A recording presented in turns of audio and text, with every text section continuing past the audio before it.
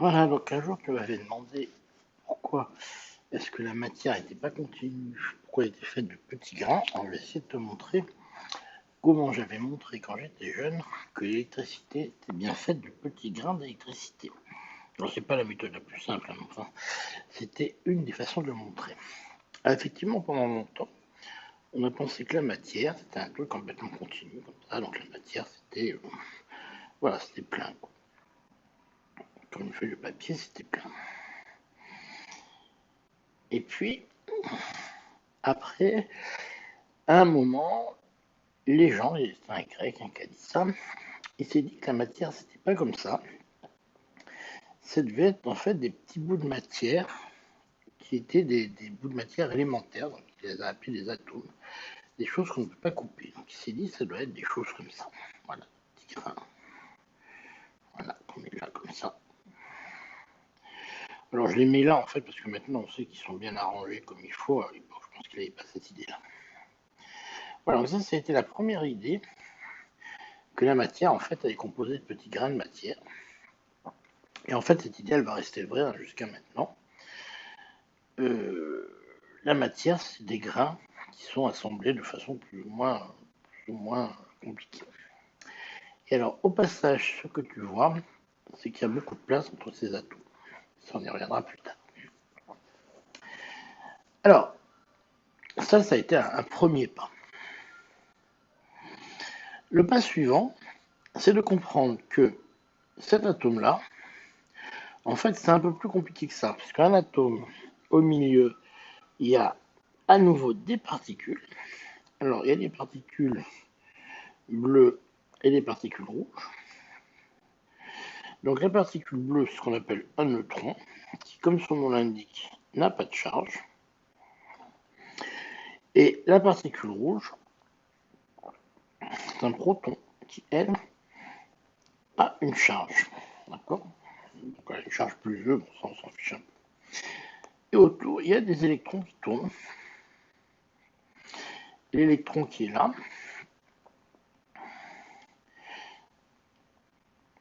il a une charge qui est, on va la mettre ainsi, qui est exactement inverse à la charge du proton. Donc ça, c'est ce qu'on appelle un système planétaire. En fait, c'est un peu plus compliqué parce que les électrons ne tombent pas exactement autour de leur noyau, mais enfin, c'est une image qui n'est pas trop déconnante. Donc des protons qui ont une charge plus E, des électrons qui ont une charge moins E, et des neutrons qui sont là. Alors les neutrons, ils ne servent pas à rien quand même, parce qu'ils servent à stabiliser un petit peu le noyau. Hein. C'est pour ça que quand on a des choses qui sont radioactives, c'est en gros quand il y a trop de neutrons, ça devient trop gros, ce machin, ça a envie de se couper en deux. Donc les neutrons, ils ont quand même un rôle important. Qu'on appelle des isotopes. Donc les isotopes, c'est quand il y a plus ou moins de neutrons dans quelque chose. Et en général, les isotopes, quand on rajoute trop de neutrons, donc les gros isotopes, ça a envie de se couper en deux tout seul.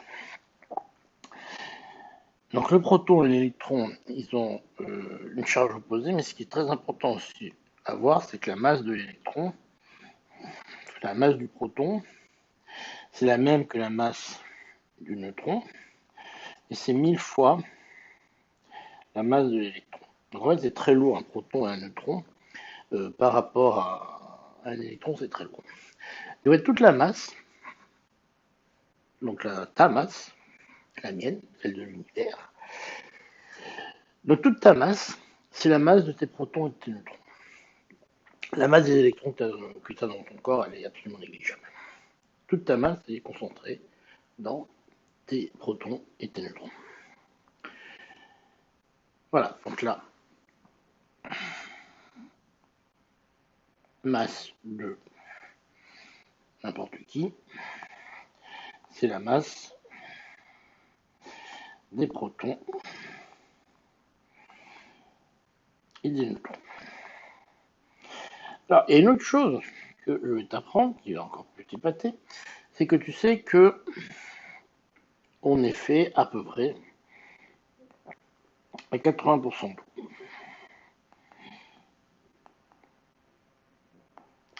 Mais ce qu'il faut voir, c'est que dans ce joli modèle, ici, entre le neutron, entre le noyau et les électrons, il y a du vide. Et il y a beaucoup de vide. Ce que je veux dire par là, c'est que si tu prends des modèles où tu prends par exemple, alors je ne sais plus comment ça se calcule, mais je ne sais plus les chiffres exacts, mais si tu prends un noyau qui aurait la taille d'une orange, tu t'apercevrais que les orbites électroniques les plus proches, elles seraient à, je crois, 100 km du noyau de l'orange. Si tu fais une loi d'échelle comme ça, tu dis j'ai un noyau qui fait la taille de l'orange, tu t'aperçois que l'orbite électronique la plus proche, elle est à 100 km de, de, du noyau du centre de l'orange. En fait, quand tu regardes la matière, en gros, la matière est surtout concentrée sur les noyaux, puisque c'est là qu'il y a de la masse, hein, les électrons ne comptent pas. La matière est concentrée sur les noyaux, mais en dehors de ces noyaux, il y a essentiellement du vide, puisque les électrons ils sont très loin du noyau. Donc, on est fait à peu près à 80% d'eau, et puis on est fait surtout de vide. Donc, en fait, quand on dit à quelqu'un qu'il n'a rien dans la tête, c'est essentiellement vrai, puisque en fait, on n'a rien de partout.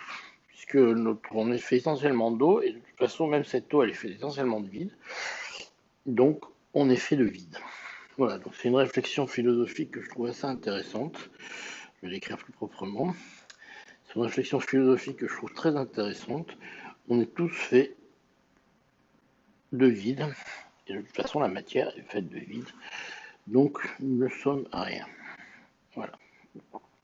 Alors, si on va un tout petit peu plus loin, l'étape suivante, c'est qu'en fait, ces neutrons et les protons et les neutrons, eux-mêmes, ils se cassent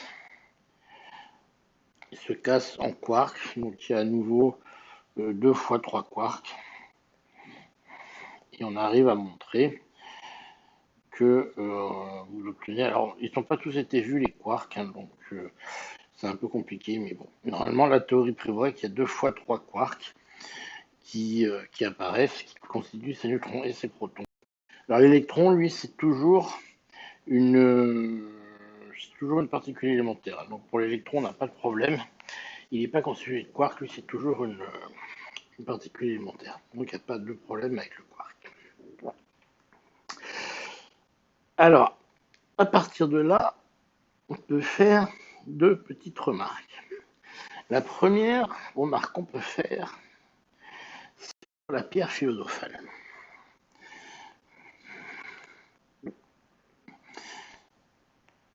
Alors, tu sais que les gens ont longtemps cherché, c'était les alchimistes, hein, c'est comment il s'appelle le grand alchimiste, j'ai oublié. Euh, Flamel, Nicolas Flamel, voilà.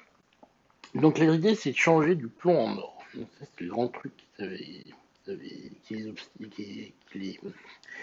motivait. Il y avait une histoire marrante comme ça d'ailleurs, c'était un alchimiste qui avait demandé au roi 3 diamants et il était convaincu que s'il les mettait dans une marmite, ça allait fondre et ça allait faire un gros diamant. Alors évidemment le problème c'est que le diamant, comme c'est une, une variante du carbone, c'est un charbon en fait qui est cristallisé différemment, quand on le chauffe ça brûle.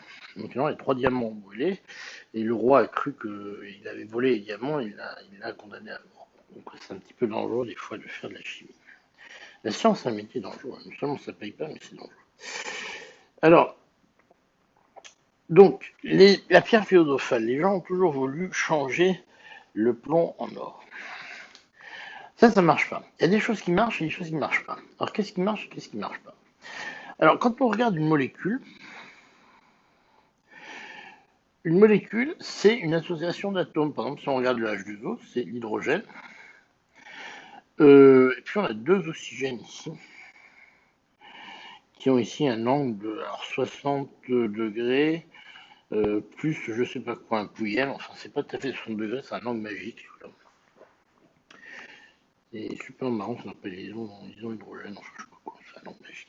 En fait, c'est à cause de cet angle d'ailleurs, quand même, il y a quand même un truc intéressant, c'est que c'est à cause de cet angle-là, euh, c'est à cause de cet angle-là que quand l'eau gèle, elle augmente de volume. C'est à cause de ce truc-là. De toute façon, ça s'imbrique. Quand l'eau gèle, le volume augmente, c'est à cause du fait qu'il y a ici un angle un peu particulier. Donc ici, vous avez un atome d'oxygène, un atome hydrogène, pardon, un atome d'oxygène et un atome d'oxygène. Bon, ça c'est ce qu'on vient de voir, c'est des atomes. Donc quand on parle de faire de l'hydrogène par électrolyse, hein, bon, ça c'est ce que tu entends des fois quand on parle d'énergie renouvelable, ça revient simplement à faire passer du courant de telle façon à détacher cet hydrogène qui va se barrer, et de l'autre côté, c'est les oxygènes qui vont se barrer. Et inversement, quand on parle par exemple, dans les moteurs de fusée, ce que tu vois qui décolle, qui fait une fumée monstre, c'est qu'on a deux hydrogènes d'un côté, de l'oxygène de l'autre, et tu as une réaction qui est extrêmement exothermique, qui revient, hydrogène-oxygène, si tu mets une petite flamme, tu fais une réaction extrêmement exothermique, qui revient à faire de l'eau, ici, de l'H2O, et ça c'est extrêmement exothermique, c'est très violent comme réaction. C'est ce que tu vois quand les fusées décollent. Euh, Donc ça, tu peux l'électrolyser, faire du H, de l'oxygène et de l'oxygène. Alors pourquoi? Parce que si tu veux faire retrouver simplement H plus O, tout ce que tu as à faire, c'est à casser ça.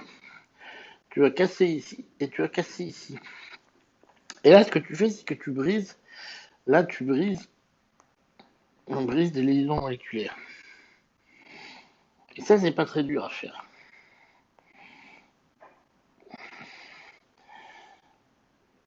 Ça, c'est des énergies qui sont accessibles. Tu chauffes un peu, ça se fait. Bon, là, il faut chauffer pas mal. Donc, enfin, si tu chauffes, c'est assez accessible. Quand tu vas faire de l'or, excuse-moi, l'or c'est AU en notation chimique, mais si tu veux faire de l'or ou du plomb en or, c'est plus intéressant dans l'autre sens, on va dire, faire du plomb en or, en fait, ce qu'il faut que tu fasses, c'est que tu joues carrément, mettons que là, il y a 3 protons, puis 2 neutrons, et tu veux aller vers un... je mets complètement au hasard, je ne sais pas du tout la stoichiométrie de l'or et du plomb, ça, je sais pas par cœur. Puis là, tu vas vers un truc où il y a 5 neutrons et puis 4 machin.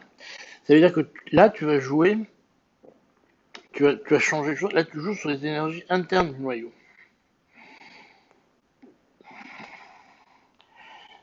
Et ça, c'est des énergies qui sont beaucoup, beaucoup plus élevées. C'est celles qui interviennent dans les réactions nucléaires. Hein. La réaction nucléaire, c'est ces énergies-là qui vont intervenir.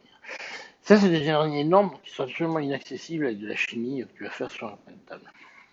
Et le problème, c'est que tant que les gens n'avaient pas compris la différence entre ça qui est de la chimie, qui ne fait intervenir que des liaisons entre atomes, et ça qui fait intervenir vraiment les énergies internes du noyau, eh bien, ils n'avaient pas compris que transformer du plomb en or, c'est quasiment impossible avec de la chimie comme ça, alors que d'une molécule à l'autre, on peut le faire. Et donc, ils sont obstinés à chercher cette réaction-là, qu'ils n'ont jamais trouvée, parce qu'ils ne pouvaient pas la trouver.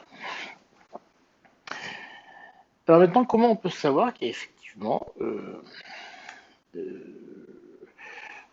qu'on a effectivement la matière étant gras?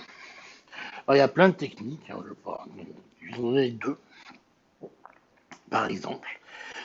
Alors, une technique connue, ce qu'on appelle la diffusion de Rutherford. Alors, celle-là,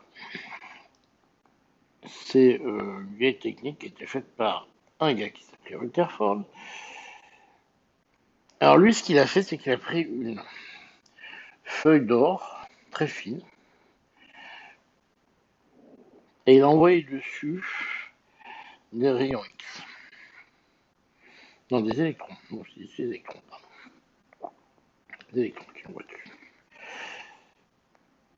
Et les électrons traversent, et en fait, derrière, ils sont déviés.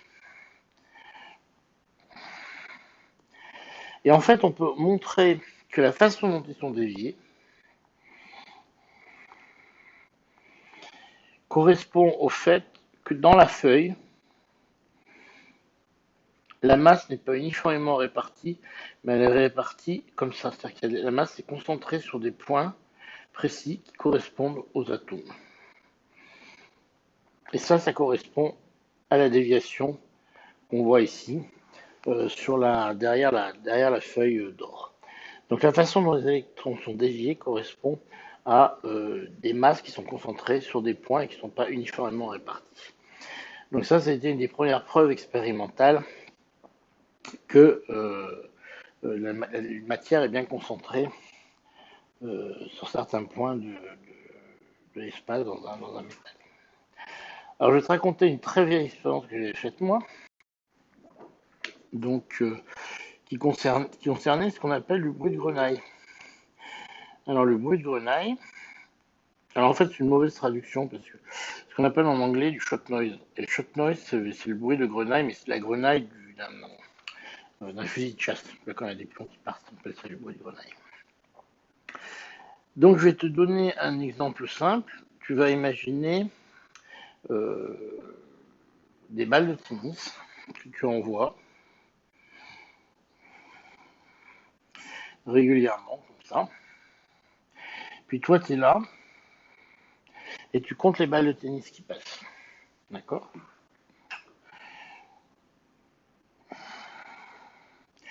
Alors, ce qu'on appelle le courant, on appelle I, le courant moyen, alors je vais te donner une notation I avec une barre, on appelle le courant moyen, c'est simplement le nombre de balles par seconde.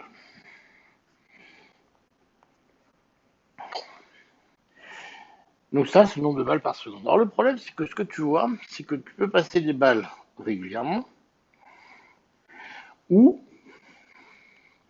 tu peux passer des balles très serrées, un trou, des balles très serrées, un trou, et des balles très serrées. Et ça, c'est le même nombre moyen de balles. Je peux en envoyer régulièrement, tranquille, ou en envoyer 3 très rapides, j'en envoie plus, et j'en envoie 3 très rapides, etc., etc. Alors en fait, si tu regardes ça, je peux le tracer comme ça, en fonction du temps, je regarde le nombre de balles qui passent, ça j'ai toujours le même nombre de balles qui passent, tranquille, soit j'en ai un peu plus, un peu moins, un peu plus, un peu moins, comme ça. En moyenne, j'ai bien le même nombre de balles, ce serait ici le courant, en fonction du temps. Mais là, j'en ai plus, moins, plus, moins, plus, moins. D'un côté, j'ai un truc très régulier, d'un côté, j'ai un truc qui fluctue. Alors, ces fluctuations, eh bien, c'est ce qu'on appelle du bruit. Alors, on fait non seulement appeler du bruit, mais c'est effectivement du bruit, parce que c'est ce qui va te donner, par exemple, quand tu es sur un toit ondulé et que tu as la pluie qui tombe dessus, tu entends une comme ça des gouttes de pluie qui arrivent sur ton toit. C'est exactement ça qu'on appelle du bruit de grenaille. Et dans le courant électrique, les petites variations, les fluctuations du courant au cours du temps, évidemment, tu n'entends pas comme tu entends le bruit les gouttes de pluie sur un toit ondulé, mais au niveau du signal électrique, ça fait exactement la même chose. D'accord. Par contre, ce que tu vois, c'est que la, fluc- la fluctuation, la fluctuation que tu as, c'est-à-dire que ici,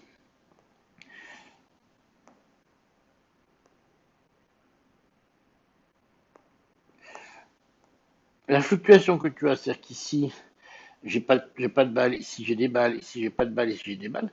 Donc la valeur moyenne, ça peut être la même. Par contre, ici, le trou que j'ai ici, il ne peut être que un nombre de fois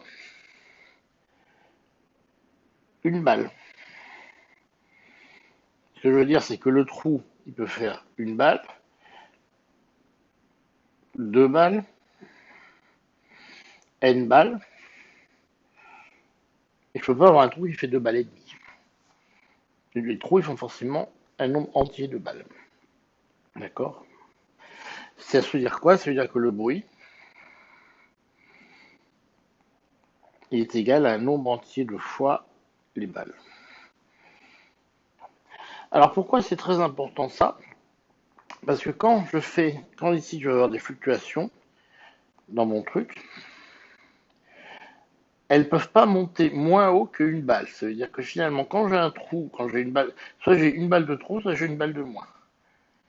Dans mon train de balle, soit il en manque une, soit il y en a une de trop. Mais je peux jamais avoir moins que ça. D'accord. Ça, c'est une propriété très importante du bruit de grenaille.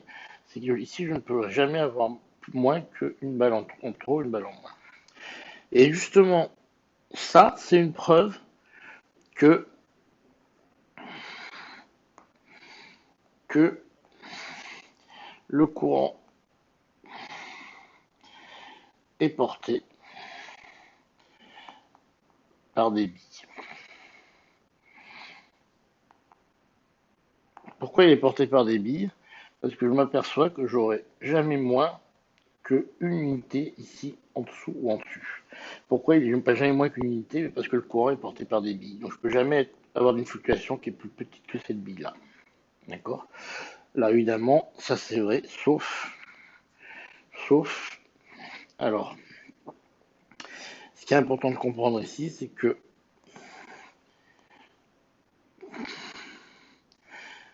la, la taille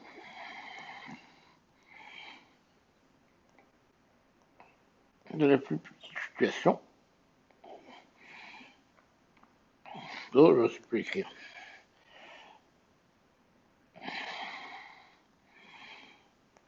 fluctuation,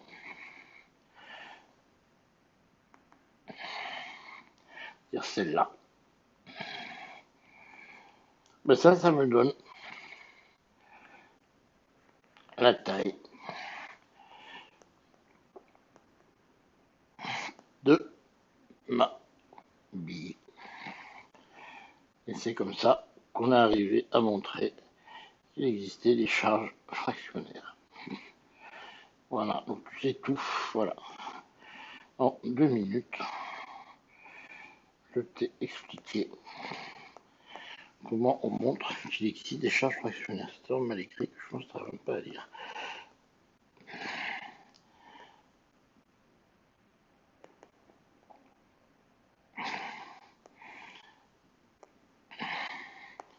Voilà. Donc, ce qu'il faut retenir de ça, c'est que du fait que mes courants est porté par des particules, par des petites gouttes d'électricité, les fluctuations de ce courant, ici, c'est-à-dire que j'en ai un moment plus, un moment moins, pour la même valeur moyenne de courant, il peut fluctuer, mais il fluctue d'au moins une unité. Il ne peut pas fluctuer de moins d'un grain de courant. Et donc, ça me dit que le courant est bien porté par des billes, parce qu'il était porté par un truc continu, il pourrait varier d'une valeur aussi petite qu'il veut. Or là, ce n'est pas le cas. Il varie d'une valeur qui est au moins égale à un grain d'électricité. Et la valeur minimum, qui est ce grain d'électricité, me permet de montrer quelle est la charge de la bille élémentaire de courant. Voilà, j'espère que ça te plaira en rentrant de ta promenade.